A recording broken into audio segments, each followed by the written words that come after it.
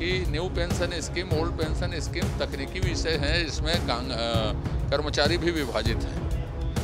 पर इसको राजनीतिक विषय कांग्रेस ने बनाया और भूपेश बघेल जी ने बनाया, तो ये बात स्थापित होती है जितनी चर्चा हुई विधानसभा में वो पर्याप्त थी। तो उसमें और ज़्यादा कहने, मंत्री जी का जो उत्तर आया वो पर्याप्त था कि पूर्व मुख्यमंत्री और नेता प्रतिपक्ष के पास नैतिक साहस नहीं बचा है कि वो विधानसभा का सामना करना पड़े, क्योंकि उसके कार्य और कारनामे उद्घाटित हो रहे हैं। 5 साल स्मार्ट सिटी चल रही है और पूरा होने के कगार पे है, जून तक उसको पूरा हो जाना है। रायपुर में का तब्दीली, आप बता दो कि स्मार्ट सिटी के आने से रायपुर में यह तब्दीली हुई है। छत्तीसगढ़ विधानसभा के बजट सत्र का 6वां दिन भी आज हंगामेदार रहा। आज अगर हम बात करें तो अधिकारियों और कर्मचारियों के पेंशन को लेकर, इसके अलावा स्मार्ट सिटी के पैसों के दुरुपयोग कर लेकर, किसान के नारायणपुर के किसान के द्वारा आत्महत्या करने के मामले को लेकर, इन तमाम मुद्दों को लेकर यहाँ पर काफ़ी गहमा गहमी भी हुई और उसके बाद बजट अभिभाषण पर चर्चा भी शुरू हुई। उसमें भी टोका टिप्पणी देखने को मिली। आज एक बड़ा गंभीर मामला राजस मूणत ने उठाया था कि स्मार्ट सिटी के पैसे का दुरुपयोग यहाँ पर किया गया है, नियम कानून का उल्लंघन किया गया, चाहे नए रायपुर की बात करें चाहे पुराने रायपुर की बात करें।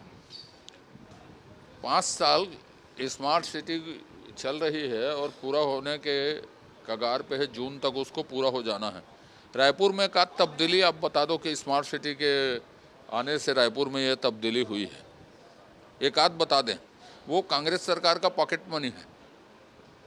चलिए, एक चीज़ और देखने को मिली है कि पेंशन योजना को लेकर भी भारतीय जनता पार्टी के विधायकों ने एक मामला, प्रश्नकाल में मामला उठाया, जिसमें ओपी चौधरी ने कहा था कि जो ओल्ड पेंशन स्कीम को लागू करके भारत का पुरानी जो सरकार है उसने अधिकारियों और कर्मचारियों के साथ एक से छला है और जो पैसा था उस पर उनकी नज़र थी। सबसे पहली बात तो आसंदी का एक निर्देश आया कि new pension scheme, old pension scheme तकनीकी विषय है, इसमें कर्मचारी भी विभाजित हैं।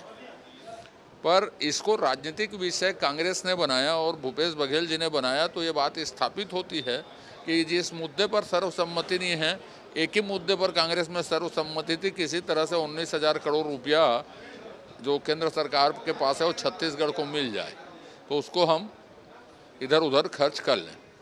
एक मामला और था जिसमें कांग्रेस के विधायकों ने ध्यान आकर्षण लगाया था कि नारायणपुर में एक किसान ने जो आत्महत्या की थी वो कर्ज के कारण की थी, और ये मामला उस समय का था जब आपकी सरकार आई थी, केवल 7 दिन ही थे, और उसमें उन लोगों ने आपके ऊपर आरोप लगाया, उन्होंने कम से कम कहा कि इसमें मुआवजा मिलना चाहिए और इस पूरे मामले की जाँच भी होनी चाहिए। जितनी चर्चा हुई विधानसभा में वो पर्याप्त थी, उसमें और ज़्यादा कहने, मंत्री जी का जो उत्तर आया वो पर्याप्त था। तो इसको बेवजह मुद्दा बना रही थी कांग्रेस। मैं तो उसको दूसरे अर्थों में देखता हूँ कि पूर्व मुख्यमंत्री और नेता प्रतिपक्ष के पास नैतिक साहस नहीं बचा है कि वो विधानसभा का सामना करना पड़े, क्योंकि उसके कार्य और कारनामे उद्घाटित हो रहे हैं। चलिए, एक आखिरी सवाल ये है कि मोदी जी जब राहुल गांधी जब छत्तीसगढ़ आते हैं या कहीं पे भी जाते हैं तो उनकी सभा में एक चीज़ देखने को मिलता है, कांग्रेसी रहते हैं, उनके समर्थक रहते हैं, मगर मोदी मोदी के नारे भी लगते हैं। आज कोरबा में भी जब उनकी न्याय यात्रा निकल रही थी तब भी मोदी मोदी के नारे लगे, और उसके बाद राहुल गांधी उन लोगों के पास गए जो नारे लगा रहे थे और उनको फ्लाइंग किस दिया। किस रूप में लिखते हैं? देखिए, 3 बातें हैं। हम जातिगत जनगणना कराएंगे, हम अडानी जी ऐसा ऐसा करते हैं, ओल्ड पेंशन स्कीम को लागू करेंगे। इसी सी बात को कौन सुनेगा? कोई ब्लूप्रिंट देश के विकास का, देश को और चौथी बात एक और बोलते हैं, मोहब्बत की दुकान खोले हैं करके। कहाँ मोहब्बत की दुकान है?